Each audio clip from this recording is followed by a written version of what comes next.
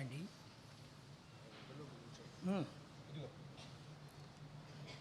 అరగంటలో ముగించేస్తాను, కూర్చోండి. మహా అంటే కొంచెం 10 నిమిషాలు ఇటు అటు అంతే. సామెతల గ్రంథము, క్షమించండి, కీర్తనలు 85. కీర్తన 85.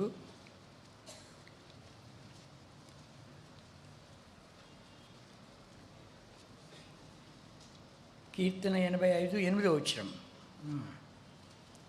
దేవుడి యెహోవా సెలవిచ్చు మాటను నేను చెవిని పెట్టెదను. ఆయన తన ప్రజలతోనూ తన భక్తులతోనూ శుభవచనము సెలవిచ్చును.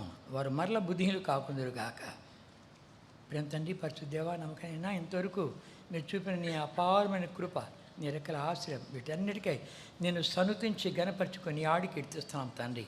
ఇవాళ మా ప్రభుత్వంలో పండుగ దినముగా తండ్రి బాప్తిస్మ కార్యక్రమాలు తండ్రి వీటన్నిటిలో ఇంతవరకు ఎబినేజర్గా సహాయపడుతూ వచ్చావు తండ్రి. మళ్ళా 4 మాటలు ధ్యానించుకొని తండ్రి వచ్చిన ధ్యానించుకుంటూ వెళ్ళుగా తోడ్పడు, నడిపించు, మహింపదమని. అయ్యొక దాసుని నాకు కావాల్సిన నీ కృప, నీ సహాయం మాకు కాదు, మాకు కాదు, నీ కృపాసత్యం మీ నామనికే మహిమ ఆరోపించుకున్నామని ప్రభురక్షణ యేసుక్రీస్తు వారి పరిశుద్ధమైన నామపేట ప్రార్థించి వేడుకుంటున్నాము తండ్రి.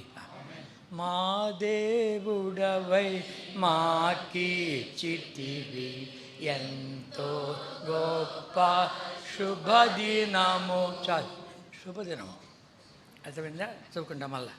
85వ కీర్తన 8వ వచనం. దేవుడి యెహోవా సెలవిచ్చు మాటను నేను చెవిని పెట్టెదను. ఆయన తన ప్రజలతోనూ తన భక్తులతోనూ శుభవచనము సెలవిచ్చును. శుభవచనం సెలవిచ్చును కనుక ఇవాళ శుభంగా వెళ్ళిపోవాలి. అందరూ మనం శుభం తీసుకొని, బాప్తం తీసుకున్నాడు కూడాను శుభవచనం తీసుకొని వెళ్ళిపోవాలి. అంత శుభవచనము ఎందుకు చెప్తే మాట, మోషే సొలొమోను దేవుడి మందిరాన్ని నిర్మించి పెద్ద ప్రార్థన చేశాడు. ఆ ప్రార్థనలో ఏమంటాడు తెలుసున? రండి. 1 రాజులు 8వ అధ్యాయం. 1 రాజులు 8వ అధ్యాయం, 1 Kings 8 chapter. 8వ అధ్యాయం 50 శుభ వాగ్దానములు అంటాడు. రండి. 56వ వచనం. 56వ వచనం చదువుకుంటాం. ఎట్లనగా తాను చేసిన వాగ్దానం బట్టి ఇశ్రాయేలుకు తన జనులకు నెమ్మది దయచేసిన యెహోవాకు స్తోత్రం కలుగును గాక. తన దాసుని మోషే ద్వారా ఆయన చేసిన శుభ వాగ్దానములలో ఒక మాటను తప్పిపోయినది కాదు. శుభవాగ్దానాలు అంటాడు. వాగ్దానాన్ని శుభవాగ్దానం అంటారు. వాచన సురక్షలు తీసుకుంటారు, వ్యక్తిగతంగా తీసుకుంటారు, కుటుంబంగా తీసుకుంటారు, తర్వాత ఏదైనా వ్యాపారం దాన్ని కూడా తీసుకుంటారు, చదువుకంటే దాన్ని తీసుకుంటూ వస్తారు. ఇప్పుడు బాప్తిజం తీసుకుంటే మీకు ఇచ్చారు. మళ్ళీ ఎన్ని వాగ్దానాలు? 1, 2 అందరికీ. కనుక ఈ వాగ్దానాన్ని శుభవాగ్దానం అంట. యెహోషువ అంటాడు మంచి మాటలు అంటాడు. రండి. యెహోషువ గ్రంథము 23వ అధ్యాయం. యెహోషువ గ్రంథం 23వ అధ్యాయం 23వ అధ్యాయం 14వ వచనం. మంచి మాటలని చదువుకుంటాం. ఇదిగో నేడు నేను సర్వలోకుల మార్గమున వెళుచున్నాను. మీ దేవుడిని యెహోవా మీ విషయమై సెలవిచ్చిన మంచి మాటలన్నిటిలో ఒక్కటేను తప్పి ఉండలేదని మీరు అనుభవపూర్వకంగా ఎరుగుదురు. అవన్నీ మీకు కలిగిన వాటిలో ఒక్కటైనను తప్పి ఉండలేదు. కనుక అయితే మాటలన్నీ కూడాను శుభకరమైన మాటలే. కనుక శుభంగా వెళ్ళండి, శుభకరమైన మాటలను తీసుకొని వెళ్ళండి అని. అప్పట్లో వాగ్దానాన్ని కూడాను ఇప్పుడు అంటే డిమాండ్ ఎక్కువైపోయి ప్రింట్ చేస్తున్నారు. ఇంకా ఎక్కువ డిమాండ్ అయిపోయి ఇంగ్లీషు తెలుగు 2 వేసే కార్డులో ప్రింట్ చేస్తున్నారు. మా దినాల్లో అంటే 64, 65, 70 వరకు కూడాను వేసేవాళ్ళు, రాసిస్తుంటే ఆయన మాదిరి రాసిస్తుంటే దాంట్లో ఒకసారి ఒక అమ్మాయికి ఒక వాగ్దానం వచ్చింది. అమ్మ నేను చూపించను అంటుంది. ఎవరు చూపించను అంటుంది. ఏం చెప్పేదంటే అమ్మమ్మ నేను చూపించను. కారణం ఏంటంటే చూస్తే ఈ రాసేవాళ్ళు రాస్తుంటారు కదా, రాస్తున్నప్పుడు ఏం రాశారంటే వాళ్ళు కనుక మంచి అక్షరాలు రాసేవాళ్ళు ఉండాలని చెప్పి వాళ్ళకి ఇంటికి ఇచ్చి ఇంట్లో రాసుకొని రండి అంటే వీళ్ళు ఏం చేస్తారు, 100 రాయాలంటే ఒక వాగ్దానం రాసేసి ఆడబెట్టి అది మళ్ళీ రాసి ఎడబెట్టి అది రాసి ఎడబెట్టి ఒక 10 వాగ్దానం రాసేస్తే ఆ కట్ట ఏంటంటే అది 100 ఇది 100 అవుతుంది. అది తేలిగ్గా ఉంటుంది కనుక అది ఆ అమ్మాయికి ఏం వాగ్దానం వచ్చిందంటే అని చెప్పాలంటే అమ్మాయికి పెళ్ళి అయిపోయి వయసు కూడా దాటిపోయింది. పెళ్ళి అయిపోయి వయసు కూడా దాటిపోతే కనుక ఆ సంఘంలో ఎవడు ముసలోడు వెంటపడ్డాడు కనుక అందరూ అంటున్నారు, అందరూ చెప్తుంది వాడిని పెళ్లి చేసుకో, వాడిని ఆస్తితో మీకు రాసి చేస్తా అంట. ఈ ముసలోడు నా పాటికి ఎక్కడొచ్చే తండ్రి అని చెప్పింది నేర్చుంది. బాధపడుతుంటే ఏం వాగ్దానం వచ్చింది తెలుసునా?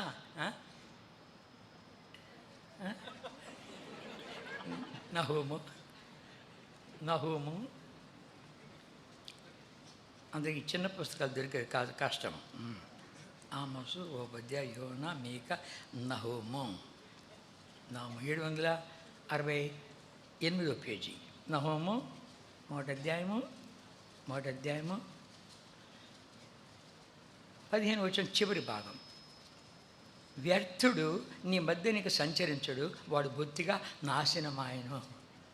వ్యర్థుడు. ఆ అమ్మాయి రాస్తా ఉంటే అబ్బాబ్బా హెబ్రోన్లు బాగానే ఇచ్చారు కానీ అమ్మ బ్రేక్ఫాస్ట్ అక్కర్లా, మధ్యాహ్నం భోజనం అక్కర్లా, దాని కోసం రాసింది రార త్వరగా అంటుంటే అమ్మాయికి 2 అన్నది అయిపోయింది. 2 నిమిషాలు రాసేసింది వ్యర్థుడు అని. వచ్చేస్తానమ్మా వృద్ధుడు నీ మధ్య ఇంకా సంచరించుడు, వాడు బొత్తిగా నాశనం. అది ఈ పిల్లదానికి వచ్చింది. ఇంకా చూసుకెట్టుందో ఈ ముసలోడు సత్య ఆ నెలలోనే వాడు సత్య. కానీ గమనించామంటే దేవుని వాగ్దానం ఎన్నైనాను అన్నీ కూడాను అవును ఆమె రండి. 2 కొరింథీ మొదటి అధ్యాయం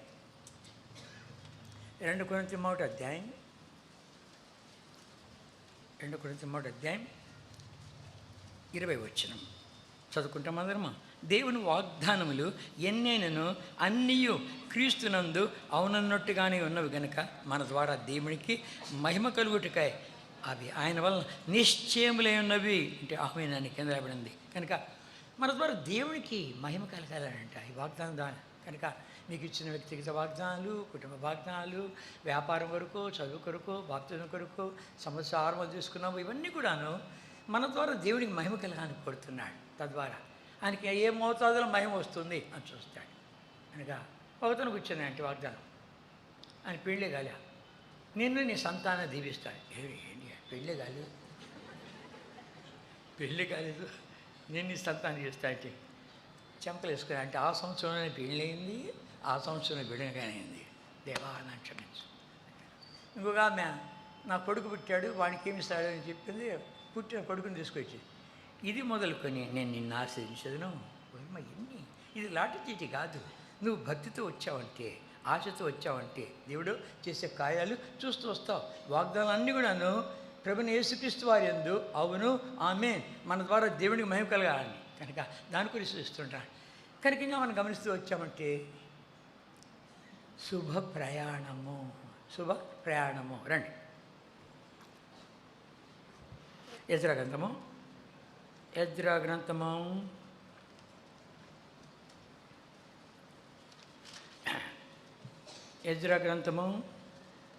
8వ అధ్యాయం 21వ వచనం చదువుకుంటాం. అప్పుడు దేవుని సన్నిధిని మమ్మల్ని మేము దుఃఖపరుచుకొని మాకును మా చిన్నవారికి మా ఆస్తికిని శుభ ప్రయాణము కలుగునట్లుగా ఆయన వేడుకొనుటకు అహవా నది దగ్గర ఉపవాసముండుడని ప్రకటించేతని శుభ ప్రయాణం కనుక ఈ సంవత్సరం అంతా మీ ప్రయాణాలన్నిటిలోనూ శుభ ప్రయాణం కావాలా. ఇది అర్థశాస్త్ర రాజు కాలంలో ఏం తీసుకొనిపోతున్నాడు, ఇక అందరినీ తీసుకొనిపోతున్నాడు. యెరూషలేముకు ఇజ్రాయెలు తీసుకుపోతున్నాడు.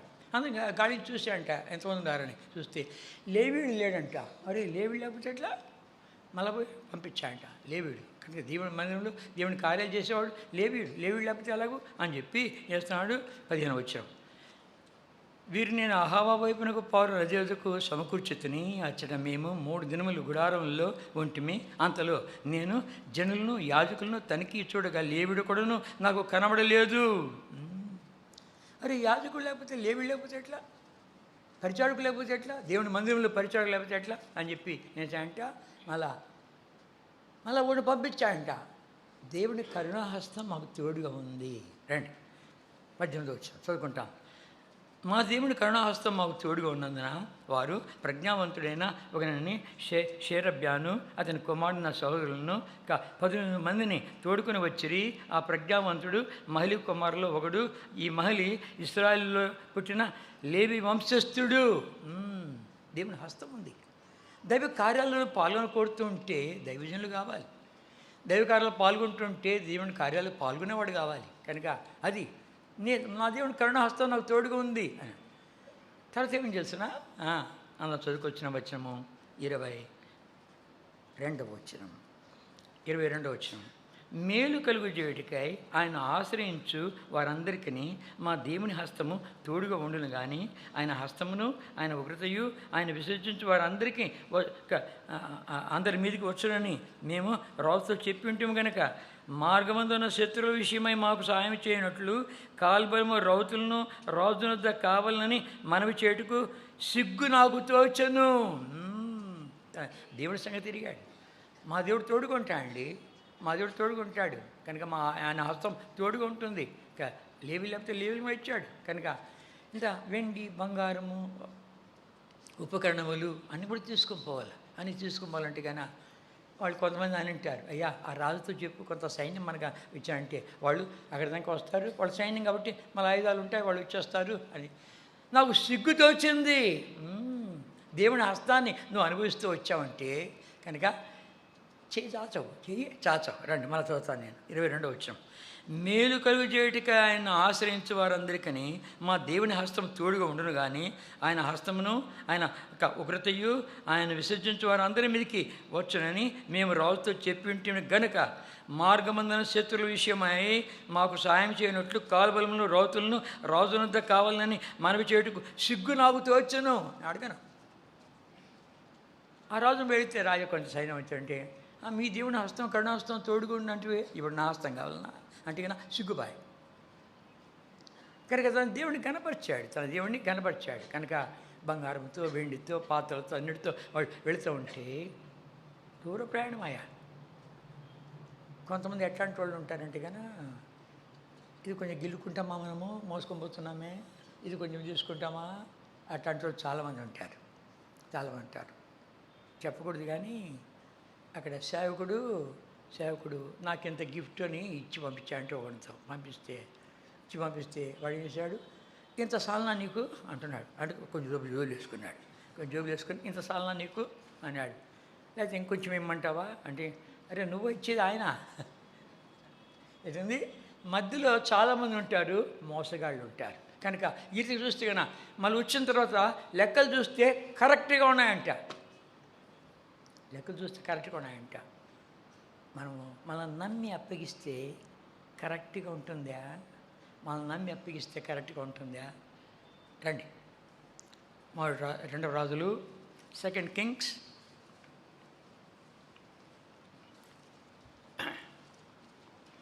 12th chapter.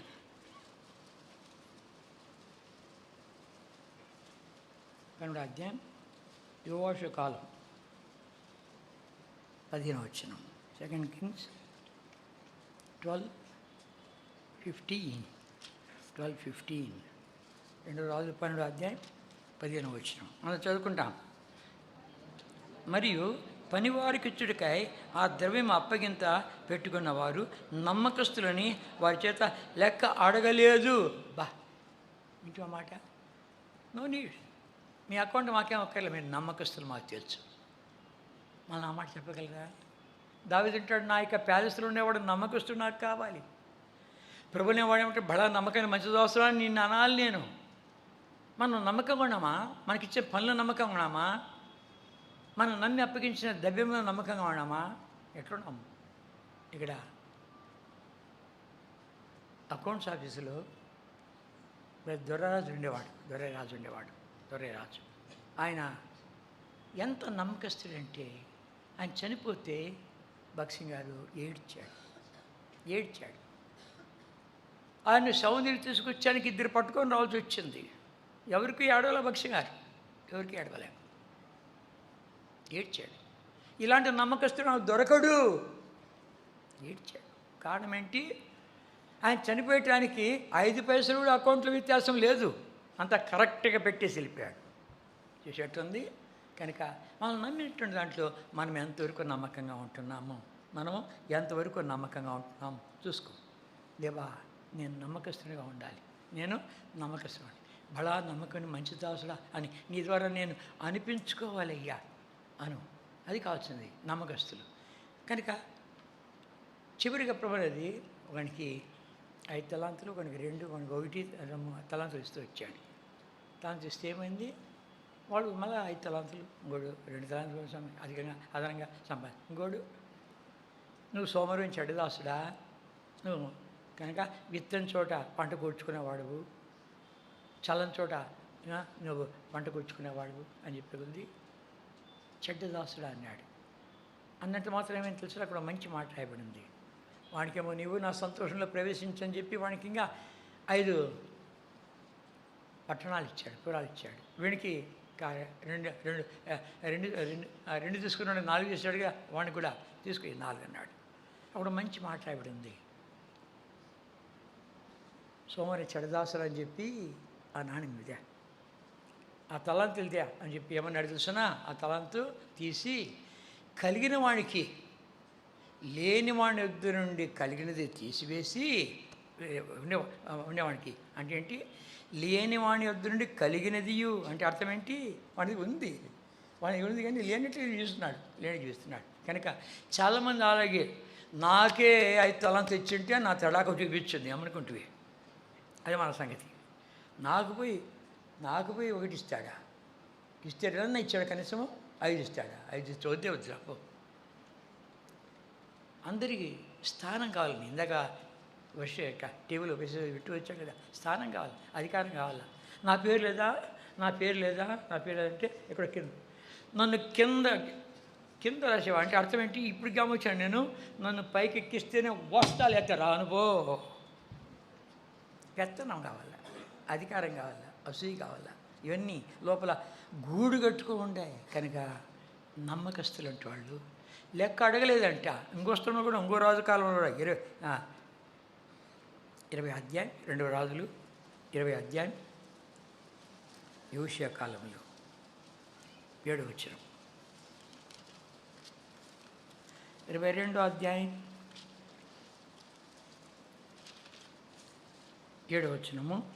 ఆ అధికారులు నమ్మకస్తులని వారి చేతికి అప్పగించిన ద్రవ్యం గురించి వారి యుద్ధ లెక్క పుచ్చుకొనకుండిరి. చూసేటుంది, లెక్క పుచ్చుకోలే. ఎంత మంచి మాట, లెక్క పుచ్చుకోరలే అని చెప్పి ఇష్టానుసారం జీవించాను కాదు. 5 పైసలు కూడా లెక్కలో తక్కువ లేదంట, అన్నీ కూడా కరెక్ట్గా రాసి పెట్టాయంట. ఒకసారి నేను వెళ్ళింటే ఆ రూమ్కు, ఏది అకౌంట్స్ ఆఫీస్కు వెళితే ఏం చేస్తున్నా, ఓ బ్రదర్తో అంటున్నాడు, నువ్వు ఇంటికి పోయి ఒకసారి చూసుకుంటే మంచిది, నేను ఇచ్చాను లేదన్నా నువ్వు ఇవ్వలేదంటే నేను ఇచ్చాను చూసుకో, ఒకవేళ అది నీకు ఇవ్వలేదు అంటే గాన నా పెన్షన్ల నుండి ఇవ్వాలా అన్నాడు. బా, అదిరిపోయిన ఆ మాటకు నేను అడే ఉండాలి, నా పెన్షన్ నుండి ఇవ్వాలి నువ్వు కానీ లెక్క కన్నా నేను తప్పు రాసుకున్నాను, నీకు ఇచ్చి నేను రాసుకోలేదు అని అన్నామంటే కన్నా ఇంటికి పోయి చూసుకొని రప్పు. అది నా దగ్గర లేదంటే కన్నా నేను చెప్పాలా, నా పెన్షన్ నుండి నేను నీకు ఇవ్వాలా, ఆ డబ్బు నా పెన్షన్ నుండి కట్టాలి అన్నాడు. అంత నమ్మకస్తుడు. కనుక ఇంకా మనం గమనిస్తూ వచ్చామంటే ఏమన్నాడు కనుక శుభవర్తమాన దినము. త్వరగా చెప్పేస్తున్నాను, ఐఎమ్ రన్నింగ్.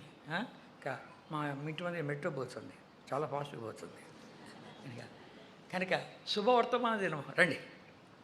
2 రాజులు 7 అధ్యాయం 2 Kings 7 చాప్టర్.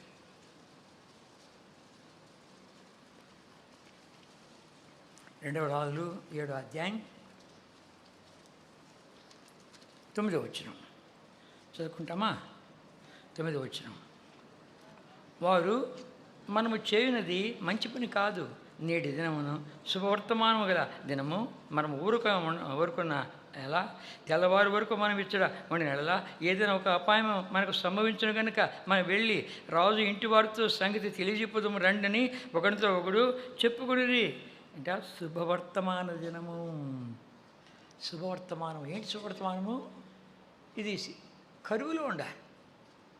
కరువులో ఉంటే ఎంత భయంకర కరువు, ఒక గాడిద తల 50 రూపాయలకు అమ్ముతున్నారు.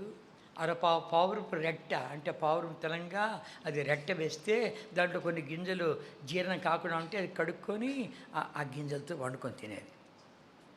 అంత భయంకరంగా ఉందంట. అలాంటి ఏమన్నాడు, రండి అదే మాట వచ్చాం. అప్పుడు ఎలీషా రాజుతో ఇట్లా, యెహోవా మాట ఆలకించము, యెహోవా సెలవిచ్చునేమనగా, రేపు ఈ వేళకు సోమరం ద్వారమున మందు ₹1 ఒక మానిక సన్నని పిండియు, ₹1 2 మానికల ఎవలను అమ్మబడును అన్నాడు. అరే, ₹1 ఎవలంట, ఒక మానిక ఎవలంట, పిండి మెత్తని పిండి అంటే ఇవన్నీ చూసేవాడు. కానీ గమనించామంటే కదా, ఆకాశం దేవుడు తెరిచినా కూడా జరగదు అంటాడు వాడు కూడా. నువ్వు చూస్తావు కానీ నువ్వు అనుభవించలేవు, పోరా అన్నాడు. ఏమైంది తెలిసిన, 4 కుష్ఠరోగులు, అరే మనం వీడుంటే ఆకలి చచ్చిపోతాంరా, పట్టలేకపోతేమా అక్కడ కరువు, అక్కడ సాల్చింది పోనీ ఇలా వాళ్ళు సిరియలు దండు దిగినారు. ఆడిపోతే వాళ్ళు ఏమైనా దయ పెట్టి ఏమైనా కొంచెం పెట్టారా, భోజనం చేస్తాం, లేకపోతే కన్నా వాళ్ళు ఇవ్వకపోతే అట్లనే చేస్తాం, ఇట్లైనా చేస్తాం, ఇట్లైనా చేస్తాం, ఈడున్నా చేస్తాం, ఆడిపోతాం పద అనేది సిరియా దండుకి వెళ్ళారు. వెళితే అక్కడ ఎట్లా ఉంది, రండి 7వ అధ్యాయం 6వ వచనము, 6, 7 వచనం చదువుకుంటాము. యెహోవా రథముల ధ్వనియు, గుర్రముల ధ్వనియు, గొప్ప సమూహ ధ్వనియు సిరియల దండనకు వినమట్లు చేయగా, వారు మన మీదకి వచ్చుటకై ఇశ్రాయేలు రాజు హిత్తీయుల రాజుకును ఐగుప్తుల రాజుకును బత్తెమిచ్చున్నాడని సిరియన్లు ఒకరితో ఒకరు చెప్పుకొని లేచి తమ గుడారములైనను, గుర్రములనైనను, గాడిదలనైనను, దండుపేటలో ఉన్న వాటిలోనైనను ఏవి తీసుకునకే తమ ప్రాణములు రక్షించుకొని చాలనుకొని సంధ్య చీకటిని ఉన్నట్టుగానే పేట విడిచి పారిపోయి ఉండిరి. దేవుడు గొప్ప రథముల ధ్వని, గుర్రముల ధ్వని వినిపించాడు. వినిపించగానే ఆ సిరియన్లు, నా తండ్రి, ఆ రాజు ఐగుప్తుకును, తర్వాత ఐగుప్తు రాజుకును, తర్వాత ఇంకా హిత్తీయుల రాజుకు బత్తెమిచ్చి పిలిపించాడేమో, ధ్వని విను ఓయమ్మ, గుర్రాల ధ్వని విను, ఆ రథాల ధ్వని విను, దేవుడు పుట్టించాడు ఓయమ్మ, ఊపిరింటే ఉప్పు నమ్ముకొని బతకచ్చు అని పరిగెత్తారు. ఉన్న బాట పరిగెత్తారు, లేదు పరిగెత్తారు. రే ఇదేదో పోతే పోనురా, ఇంకోటి పడుతా అంటే అది కాదు చెప్పు, పోతే పనులు లేరు నడుస్తాం, ఇంకోటి పద ఎట్టుందంటే అంతా పరిగెత్తు ఉండారు. ఒకటి ఆగేటికి లేడు, ఆగరంటే కూడా ఆగేటికి లేరు, అట్టుండారు చూస్తే కనుక ఆడితే పరిగెత్తా ఉంటే వీడు ఈ 4 కుష్ఠరోగులు ఆడిపోయే కొలిది గుర్రాలు ఎట్లే ఉన్నాయి, గాడిదలు ఎట్లే ఉన్నాయి, వంట వండుతున్నట్టు పాత్రలు వంట అట్లే ఉంది. ఒక డేరా అయిపోతే ఎవరు లేరు. లేకపోతే ఏం చేశాడు, రే అది బంగారు బాబు తీసుకోరా అని చెప్పి అడిపోయి దాచిపెట్టించాడు. ఇంకో గుడాలు వెళ్ళాడు. రే ఇట్లే ఉంటే అపాయం జరుగుతుంది మనకు, రాజు పోయి చెప్తాం, ఈ శుభ సమాచారం పోయి చెప్తాం అని రాజు పోయి చెప్పగానే రాజు అనుకుంటున్నాడు, ఆహాహా వీళ్ళు ఆకలి కొని ఉంటారని చెప్పి మనమంతా డేరాలు వదిలిపెట్టి వెళ్ళిపోతామరా, వాళ్ళందరూ బయటకు రాగానే పోయి పట్టుకుంటారు, వాళ్ళు చంపుతామని. రాజు ఇంతమంది చచ్చిపోయారు కదా, ఇంక 2-3 చచ్చిపోతే ఏముంది అంటే పంపించి చూస్తాం అని వెళ్ళి పంపించి చూసి వెళ్ళి ఏముంది, వాళ్ళు పొయ్యిలు లెక్క కూడా ఎట్టుందంట అని పడేసుకొని పోతున్నారంట. రండి 15 వచ్చాం. కాబట్టి వారి వెనక యోర్దాను నది గురిపోయి సిరియన్లు తొందరగా పోవచ్చు, పోయినంత లెక్క పారవేసిన పాత్రలను, వస్త్రములను, సామాన్లను చూచి ఆ దూతలు తిరిగి వచ్చి రాజుతో సంగతి తెలియజెప్పగా, రాజా వాళ్ళు పారిపోయారు, చూసాం, పారిపోయిన లెక్క కూడాను, ఇది వస్త్రాలు పడిపోయిన పోయి వదిలిపెట్టారు, చెప్పులు పడిపోయిన వదిలిపెట్టారు, ఏమైనా వదిలిపెట్టేసారు, పద ఊపిరంటే ఉప్పైనా అమ్ముకొని బతకచ్చు, బతకంటే బరసాకని తిని బతకచ్చు అని చెప్పి పారిపోయారు ఒకరే. ఇంకా చూసుకుని అందరూ పోయి దాడి చేశారు. తీసేకొద్ది అప్పుడు ఆయన చెప్పినట్టుగానే ఎవరు ఎలీషా చెప్పినట్టుగానే ₹1 ఒక మానిక సన్నని పిండియు, ₹1 2 మానికల ఎవలను అమ్మబడును. సంగతులు తారుమారు చేసేసే దేవుడు.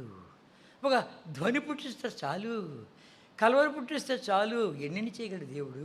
అసాధ్యమైన అతీతమైన కార్యం చేసేవాడు. ప్రవక్త మాటను నెరవేర్చాడు, ప్రవక్త చెప్పిన మాటను నెరవేర్చాడు. ప్రవక్తకు దూరదృష్టి ఉంది కనుక గమనించామంటే ఈ రీతిగా అన్ని సంగతులు తారుమారిపోయాయి.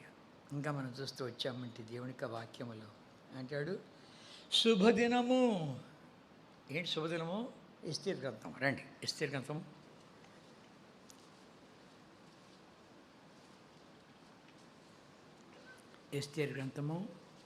8వ అధ్యాయం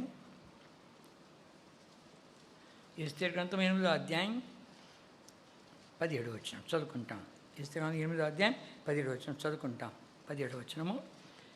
రాజు చేసిన తీర్మానమును అతని చట్టమును వచ్చిన ప్రతి సంస్థానమందును ప్రతి పట్టణమందును యూదులకు ఆనందమును సంతోషము కలిగిను. అది శుభదినమని విందు చేసుకునిరి. మరియు దేశ జనుల్లో యూదుల ఎడల భయభక్తులు కలిగి గనుక అనేకులు యూదుల మతమును అవలంబించిరి. శుభదినము. ఈరోజు మనకందరికీ శుభదినమే. మనకందరికీ శుభదినమే, శుభ ప్రయాణమే, శుభవర్తమానమే, శుభవాగ్దానాలే అని శుభమే. కనుక ఆ శుభము కాదు, అంత శుభమే. కనుక ఎస్తేరు కొంత మనకందరికీ తెలిసిందే. ఎస్తేరు, హామాను, మొర్దెకాయి, అహష్వేరోషు గ్రంథంలో ఉండేవాడు. విచిత్రమైన సంగతి ఏంటంటే ఎస్తేరు గ్రంథంలో దేవుడనే మాటలు రాయలే అక్కడ కానీ. అయితే దేవుడు అదృశ్య వలయములు కార్యం చేస్తున్నాడు, అదృశ్యతగా కార్యం చేస్తూ ఉంటున్నాడు. కనుక నీ పేరు చెప్పొద్దు, నీ ఊరు చెప్పొద్దు, నీ సంగతి ఏంటి చెప్పొద్దు అని చెప్పి జనతండ్రి అయినటువంటి మొర్దెకాయి చెప్పెట్టాడు. వస్తీ ఏదో అలంకరించుకున్నంత సుందరంగా ఉందంటే కానీ అయితే లోపడదు. కనుక చాలామంది సుందరంగా ఉంటారు. కనుక అన్ని సుందరాలు ఉంటాయి. కనుక తర్వాత అయ్యా స్వయంవరం పెడతాం నీకు, ఇది బాగుంటుంది అని చెప్పి స్వయంవరం పెట్టారు. కనుక ఒకళ్ళకు ఏం కావాలి, నీకేం కావాలమ్మా, నీకేం కావాలమ్మా అంటే నాకు వంకీ కావాలా, టింకీ కావాలా, లోలక్ కావాలా, బులాక్ కావాలా, జడబిళ్ళలు కావాలా, ఇది కావాలా, అన్నీ గుచ్చుకునే పిన్నులు కావాలా, ఇది ఎత్తుకొండలా. దానికి మా చెత్త. ఎవడు సెలెక్ట్ కాలే. ఎవరు సెలెక్ట్ అయ్యారు? అయ్యా హేగే రాజుకి ఏం కాదు, నాకేం తెలియదు అయ్యా, నువ్వే అలంకరించంటే ఆయన చేతిలో హేగి చేతిలో పడగానే అలంకరించగానే చూసే వాళ్ళందరికీ దయపుట్టెను.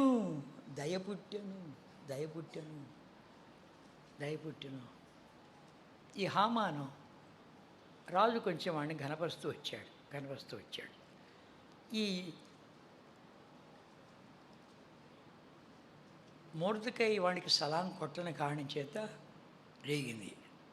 అందరూ సలాం కొడతా అంటే వీడు కొట్టాడా రాను, అందులో లేస్తా అంటే వీడు లేవడా, వీడు ఎవడు, ఎక్కడి నుంచి వచ్చాడు అని ఆలోచించి వీడిని నాశనం చేసేసేపు వాడిని జనాంగం అంతా ఒక్కసారి నాశనం చేస్తే అయిపోయి అని చెప్పి, రాజా మీ యొక్క దేశంలో మీ రాజ్యంలో ఒక జనాంగం ఉంది, అది పూర్తిగా విరుద్ధమైనటువంటి జనాంగము, రాజు కట్టలకు పూర్తిగా విరుద్ధంగా జీవించే జనాంగం అది.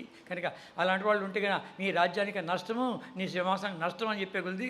కనుక ఏం చేయాలంటే కన్నా నాకు ఇంత పేండి తూచి నేను అందరినీ పంపిస్తా, ఫలానాడు అందరినీ యూదులను చంపేయాలని తీర్మానం చేశాడు. శాస్త్రం పుట్టించే కొద్ది ఎట్లుంది, ఫలానాడు యూదులను చంపేయాలని కొద్ది దేశమంతా అలకొలమైంది.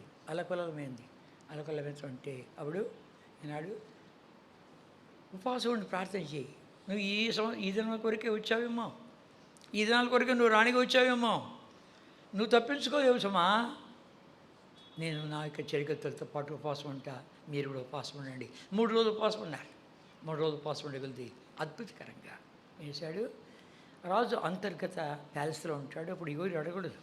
అలాంటిది ఉన్నప్పటికీ నేను వెళ్తాను అని చెప్పి అదే డ్రెస్ వేసుకొని పోతే రాణి చూసి దయపుట్టిందంట. రాణి నీకేం కావాలా, సగం రాజ్యం నేను ఇచ్చేస్తా, ఏం కావాలి చెప్పు అన్నాడు. ఏమి లేదు, మీరు రేపు మా ఇంటికి ఎందుకు రావాలి, వస్తా హామాను కూడా తీసుకొని రండి అన్నాడు. రాణి ఎందుకు పిలిచి మాత్రం ఏం ప్రయోజనము, ఆ హామాను మొదకుండా ఉన్నాడు కదా అని చెప్పి 50 అడుగుల ఉరికే పెట్టాడు.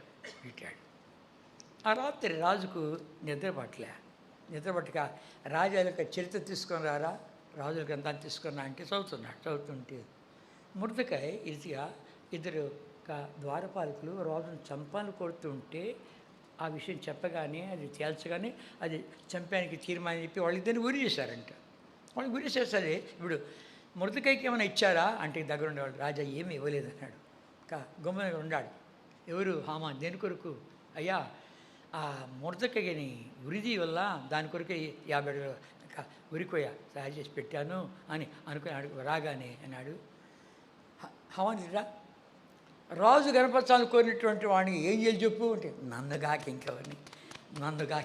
అది నన్ను అనేది నేనది సావదు, నన్ను కాకి ఇంకెవరిని అనేది ఏమన్నాడు. కనుక రాజు గుర్రం తీసుకొని ఆయన కనపడతారు కదా, రాజు గుర్రం మీద ఎక్కల్లా, రాజు గుర్రం మీద ఆ రాజు వస్త్రాలతో వెళ్ళాలా, రాజు కిరీటం తీసుకొని రాలా, సామాన్యుడు కాదు, ఒక ఘనుడైన వాడు విని చూసి తొడిగించి కదా కూర్చోబెట్టి ముందు నడవాలి. ఏమన్నా రాజు కనపరిచేవాడిని ఇలా కనపరుస్తాడని చెప్పి ముందు వాడు కేకలేసుకుంటే వెళ్ళాలా. నువ్వు చెప్పింది ఏది తక్కువ చేయకుండా ఆ గుమ్మం దగ్గర ఉన్నాడు మొదటికే వాడికి అన్నాడు. బండ్లు ఓడలైతే బండ్లు అయితే అర్థమైందా? బండ్లు ఓడలైతే బండ్లు అయితే జాగ్రత్త. కనుక అనుకోవద్దు. ఒకతో నాతో మాట్లాడుతున్నావు ఒకసారి, ఏమన్నాడు, మా పై అధికారి చంపిడిచిపెడుతున్నాడు, నన్ను నా మీద నిందేస్తాడు, అవమానపరుస్తాడు, కించపరుస్తాడు అని చెప్పే కొద్ది చివరికి ఏమైంది, ఇక ఆ పై అధికారి ట్రాన్స్ఫర్ అయ్యి వెళ్ళిపోయాడు. వీడికి ఆ ప్రమోషన్ వచ్చింది. వాడి సీట్లు వీడికి ఎక్కాడు, వాడి సీట్లు వీడు ఎక్కాడు. ఎక్కిన తర్వాత వాడికి డిమోషన్ వచ్చింది. వాడు చేసిన కథలనే వీడికి ప్రమోషన్ నుంచి ట్రాన్స్ఫర్ అయిపోయినకి డిమోషన్ అంటే మోషన్ కాదు, విరోచనాలు కాదు, తగ్గించారు వాడిని, తగ్గించారు. రే నీ బతికిట్టుంది తగ్గరా అన్నారు. తగ్గిన తర్వాత మళ్ళీ ఇక్కడే పెట్టారు. వీడి కిందకి వచ్చాడు. వీడి కిందకి ఎవరినైతే నలిపాడు, ఎవరైతే ఏడిపించాడు, ఎవరైతే వాడి కిందకి వచ్చాడు. బండ్లు ఓడలవుతాయి, ఓడలు బండ్లు అవుతాయి, జాగ్రత్త. కనుక ఎవరిని కించపరచొద్దు, ఎవరిని అవమానపరచొద్దు. కనుక నీ జీవితం అలా ఉంటుందేమో తెలీదు. కనుక అలాంటిది అంత అయిన తర్వాత రెండో రోజు రావాలా మీరు భోజనానికి అని చెప్పి, విందుకు రావాలని చెప్పి ఎస్తేరు అడగగానే ఏమైంది, కనుక అయ్యయ్యా అతడు యూదుడైతే నువ్వు అతని మీద విజయం పొందలేవని చెప్పి మన ఫ్రెండ్స్ చెప్తున్నారు. అంతకుముందు చెప్పలే, ఇప్పుడు చెప్పే కొద్ది రాణి విందుకు పిలుస్తుంది అని కొద్ది వెళ్ళే కొద్ది ఆవిడ ఏం కావాలమ్మా రాణి చెప్పు, సగం ఆస్తి అని ఇస్తాను, సగం రాజ్యం నీకు ఇస్తానంటుంటే ఏమక్కర్లేదు, మా జనాంగం అంతా నశించిపోతుంటే నేను ఎలా ఉండాలి, ఎవడో చేసినంటే ఈ హామాని అనగానే చూసుకొని ఇంకా రాజు ఏం చేస్తాడో చెప్పి కంగారు పడుతున్నాడు, కలవడుతున్నాడు. రాజు తోటలోకి పోయాడు, తోటపోయి వచ్చాడుగా వేసాడు. ఆ టెన్షన్తో కూలబడ్డాడు ఆ మంచం మీద. రే ఏం చేస్తున్నావు అని చెప్పిన వాడిని, రే ఎవరు అక్కడ ఉండేది అన్నాడు. అది వాడిని తీసుకోమనంటే ముడతక కొరకు 50 అడుగుల ఉరికి పెట్టాడు అని కొద్ది దాని మీద విన్నాయి, ఆ గ్యాల మీద వాడిని ఏంటాడు. తాను తవ్విన గుంటలో తానే పడును, వద్దు.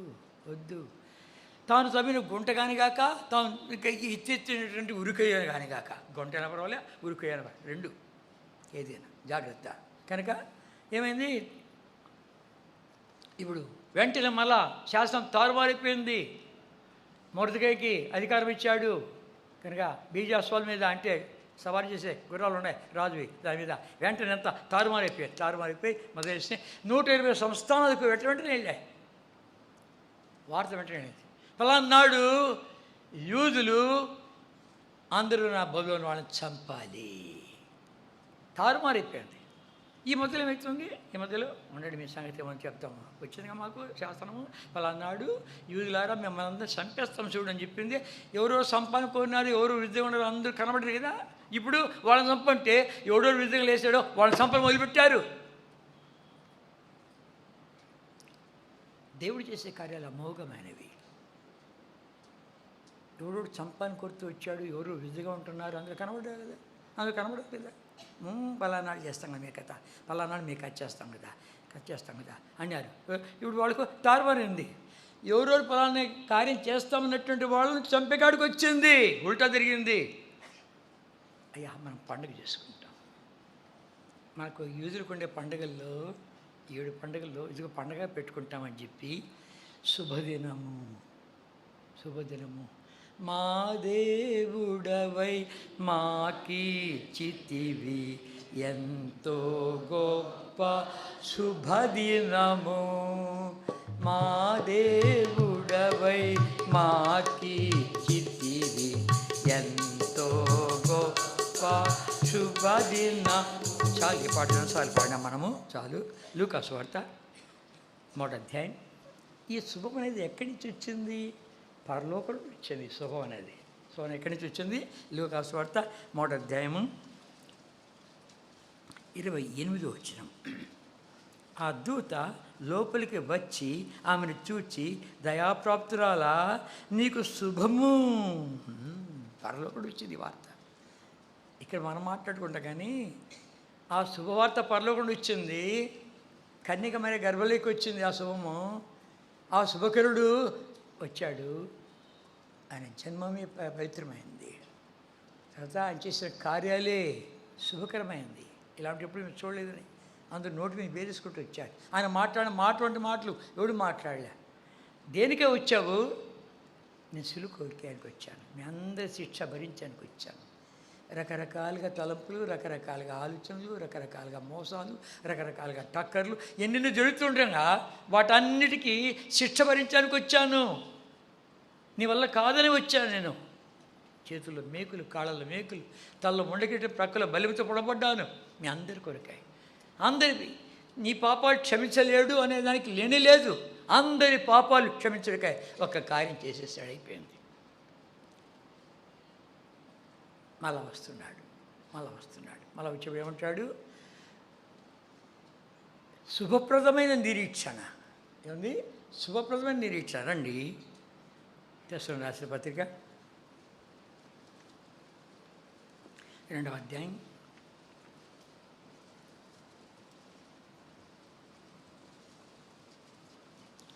2 తెస్సలోనికీయులు 2వ అధ్యాయం 2 తెస్సలోనికీయులు 2nd చాప్టర్.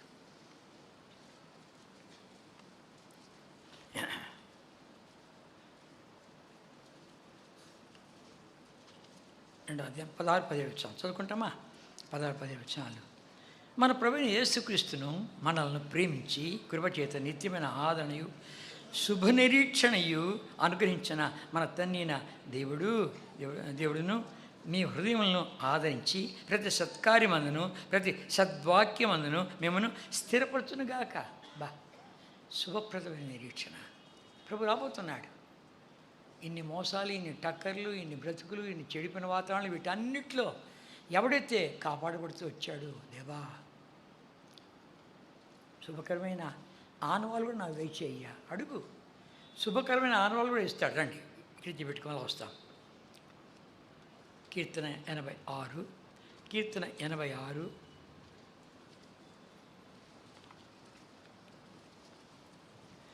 86 17 వచ్చాం.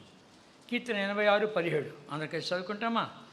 యెహోవా నీవు నాకు సహాయుడివై నన్ను ఆదరించుతున్నావు. నా పగవారు చూచి సిగ్గుపడినట్లు శుభకరమైన ఆనవాలు నాకు కనుపరచు. శుభకరమైన ఆనవాలు నాకు చూపిస్తాడు. అడుగు. బాప్తిసం తీసుకున్నావు కదా, ఎన్నెన్నో మాటలు వింటూ వచ్చావు. అయినా మళ్ళీ బయటపోయినప్పుడు, దేవా నేను బాప్తిసం తీసుకున్నాను, నీ కొరకు నేను జీవించాలని తీర్మానం చేసుకుంటున్నాను. ఒక శుభకరమైన ఆనవాలు నాకు చూపించయ్యా, నాకు చూపించు. అడుగు, ఇస్తాడు. శుభకరమైన ఆనవాలు ఇస్తాడు. కనుక అది ఆధారం చేసుకొని ఈ శుభకరమైన ఆనవాలు చేపట్టుకొని, దేవా నాకు ఇచ్చా, శుభకరమైన ఆనవాలు నాకు ఇచ్చావు. టైంలో చెప్పాలంటే నేను ఏ ఊరికి వెళ్ళానో సేవ కొరకై అది వెళ్ళినప్పుడు శుభకరమైన ఆనవాళ్ళు అడిగేవాడిని. ప్రభా ఇటు పంపించావు, శుభకరమైన ఆనవాళ్ళు నాకు దయచేయంటే ఇచ్చాడు. గుంటకల్ ఫస్ట్, గుంటకల్ ఇచ్చా. నెక్స్ట్ ఖమ్మం వచ్చినప్పుడు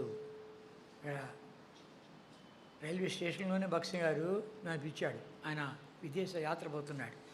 పోతుంటే ఎంత బిజీగా ఉంటాడో చెప్పడంలో కాదు. ఆయన ఎవరితో మాట్లాడి కూడా లేదు, ఎవరిని చెప్పాను కూడా లేదు. అట్లుంటుంది. అక్క పిచ్చి జనం విమానాశ్రయం దగ్గర అందరి వచ్చి నేను వచ్చేకొద్ది నేనాడు నన్ను పక్క తీసుకొచ్చాడు. తిమోతి, నీ సేవ పరిచర్య గుంటకల్లో అయిపోయింది, నువ్వు ఖమ్మం వెళ్ళాలి. సరే బ్రదర్. ఆయనకి మా అడ్డు చెప్పాం, ఎందుకంటే కన్నా ఆయన ఉట్టుడికి చెప్పాడు. సరే బ్రదర్ అన్న ఆడి చెప్పేసి రాగానే విమానాశ్రయం రాగానే నా భాగం తెస్సలోనికీయులకు మొదటి పత్రిక 3వ అధ్యాయం. తెస్సలోనికీయులకు మొదటి పత్రిక 3వ అధ్యాయం నా భాగం అది, డైలీ పోర్షన్ అది. దాన్ని చదువుతున్నా. 3వ అధ్యాయం 1 వచ్చినండి. కాబట్టి ఇక సహింపజాలక ఏతెన్సులో మేము ఒంటిగా నేను ఉండుట మంచిదని ఎంచి ఈ శ్రమల వలన ఎవడనూ కదిలింపబడుకున్నట్లు మిమ్మల్ని స్థిరపరచుటకును మీ విశ్వాస విషయమై మిమ్మల్ని హెచ్చరించుటకును మన సహోదరులను క్రీస్తు సువార్త విషయంలో దేవుని పరిచారకుడైన తిమోతిని పంపితిమి. నా పేరు పెట్టాడు. చాలు ప్రభా చెప్పేసి చాలు, ఇంకేం అక్కర నాకు చాలు. ఇట్లాంటి ఏం చెప్పగలను? సాయంకాలం వరకు కూర్చొని పెట్టగలను. మళ్ళీ బీపీ కొంతమంది ఉంటుంది, షుగర్ కొంతమందికి ఉంటుంది. వాళ్ళు టప్పని పడిపోతే మళ్ళీ అది వేరే సమస్య. కనుక శుభప్రదమైన నిరీక్షణ ప్రభు రాబోతున్నాడు. ఈ శుభకరమైన నిరీక్షణ కావాలన్నా తీర్పు రాసిన పత్రిక దీంతో ముగించేస్తాను. తీతు రాసిన పత్రిక టైటస్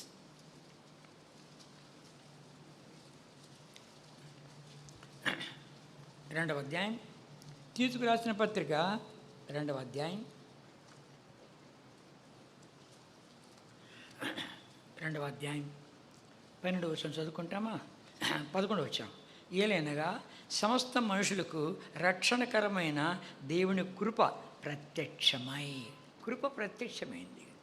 కృప అంటే ప్రేమే, ఇంకోటి ఏం కాదు. కృప అంటే ప్రేమే కనుక దానికి ఒక పర్యాపదం పెట్టాడు. కృప ఎన్నోసార్లు చెప్పా అనుకుంటా. కృప అంటే ప్రేమే, దానికి ఇంకో పర్యాపదం పెట్టాడు కనుక దరిద్రుడు వచ్చాడు, ఇంటి ముందుకు వచ్చాడు. అమ్మా కొంచెం అన్నం పెడతావమ్మా అంటే, అయ్యో పాపమే అని. అది ఎక్కడి నుంచి వచ్చింది? ప్రేమలో వచ్చింది. దాని జాలి అని పేరు పెట్టాం. జాలి చూపించేది మనకు రూపాయి వేసేవాళ్ళు కదా, అన్నం పెట్టి వేసి చేసాం కనుక.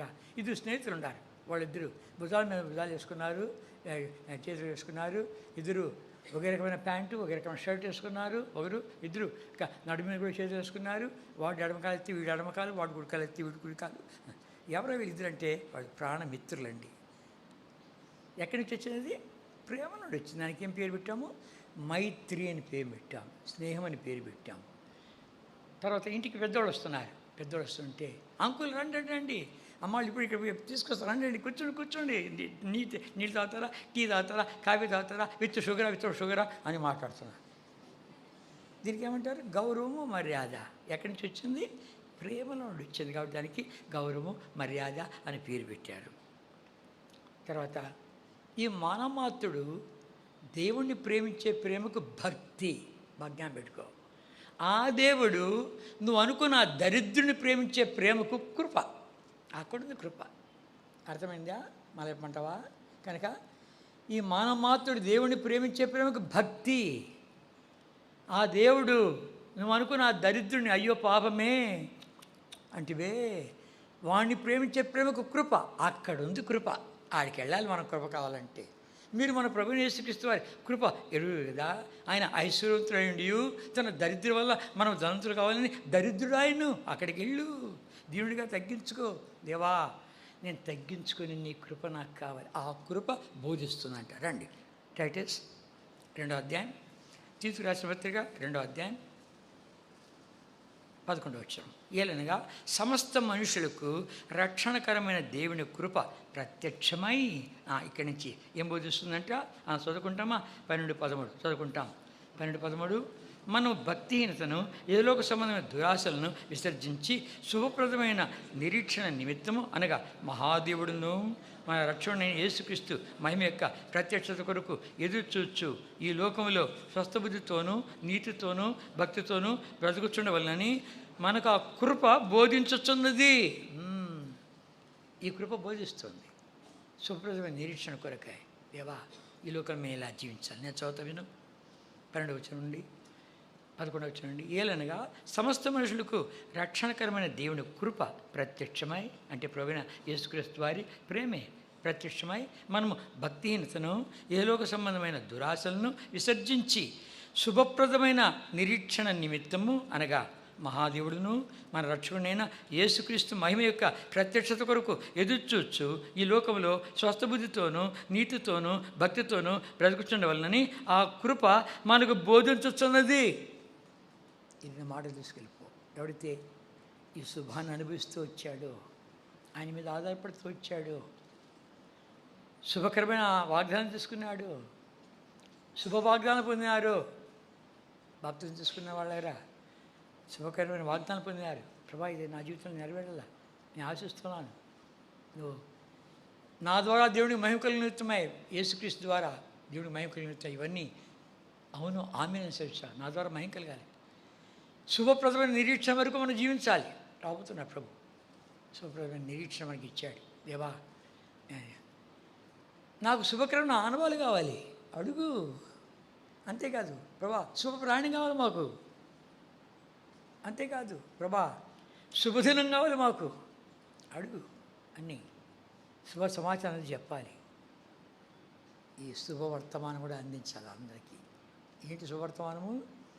6 దినాల్లో ఈ యొక్క స్వార్థలన్నిటి మీద శుభవర్తమానం అని రాయబడింది.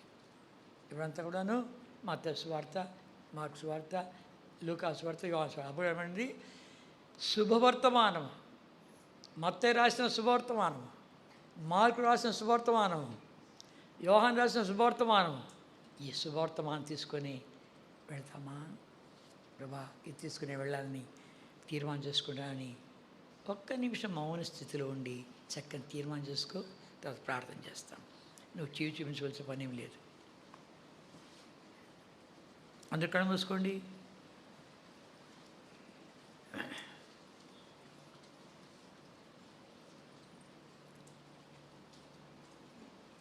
మహాదేవుడు రాబోతున్నాడు, మహామహిమతో రాబోతున్నాడు.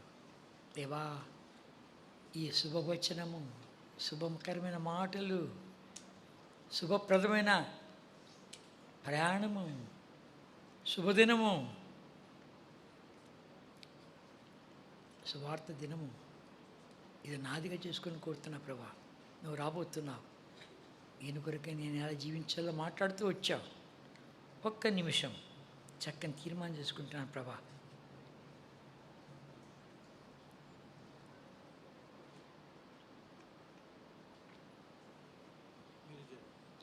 రండి ప్రార్థన చేస్తాం. పరిశుద్ధుడు మా తండ్రి, ప్రేమమయుడా, జీవాధిపతి, నమ్మకని మా నాయన, సర్వకృపలకు నిధిగా మా రాజా, తిరిగి మీ ప్రియ పాదం చెంత ఉదయం నుండి ఇంతవరకు మా పట్ల చూపిస్తూ వచ్చిన నీ కృప అంతటికే స్తోత్రాలు, నీ దక్షిణ హస్తమకే స్తోత్రాలు, నీ రెక్కల ఆశ్రమే స్తోత్రాలు. మా తండ్రి, నువ్వు ఇచ్చిన చివరి వర్తమానం తండ్రి వినుడికి కూర్చున్న బిళ్ళకే స్తోత్రాలు. వాళ్ళ హృదయాంతరంగంలో ఇది దిగబడిన గాక ప్రభా. ఈ లోకానికి నువ్వు రావడమే శుభము. ఆ శుభకరమైనటువంటి సంగతులు మా జీవితంలో నెరవేర్చాలని కోరుతూ ఉంటున్నావు. నువ్వు రాబోతున్నావు. మా కొరకే గాయపట్టబడ్డావు, నలుగొట్టబడ్డావు, నీ అమూల్యమైన రక్తాన్ని కార్చావు, మరణించి సమాధిపై తిరిగి లేచి మరలా రాబోతున్నావు. శుభప్రదమైన నిరీక్షణ దయచేస్తున్నావు. వీటన్నిటి ఎవడు అనిపిస్తూ వచ్చాడు, వాని కొరకే రాబోతున్నావు. తీసుకెళ్ళిపోతావు తండ్రి. అందులో ప్రవేశించుడు కాచిన కృప దయచేయమని, చక్కని తీర్మానం చేసుకున్న పిల్లలందరికీ సదాకాలం తోడుగా ఉండమని, బాప్తిసం తీసుకునే బిడ్డలు కూడా సదాకాలం తోడుగా ఉండమని, నీ దీవులతో పంపమని యేసుక్రీస్తు వారి అతి పరిశుద్ధమైన నామపేట ప్రార్థించి వేడుకుంటున్నాము తండ్రి. ఆమేన్.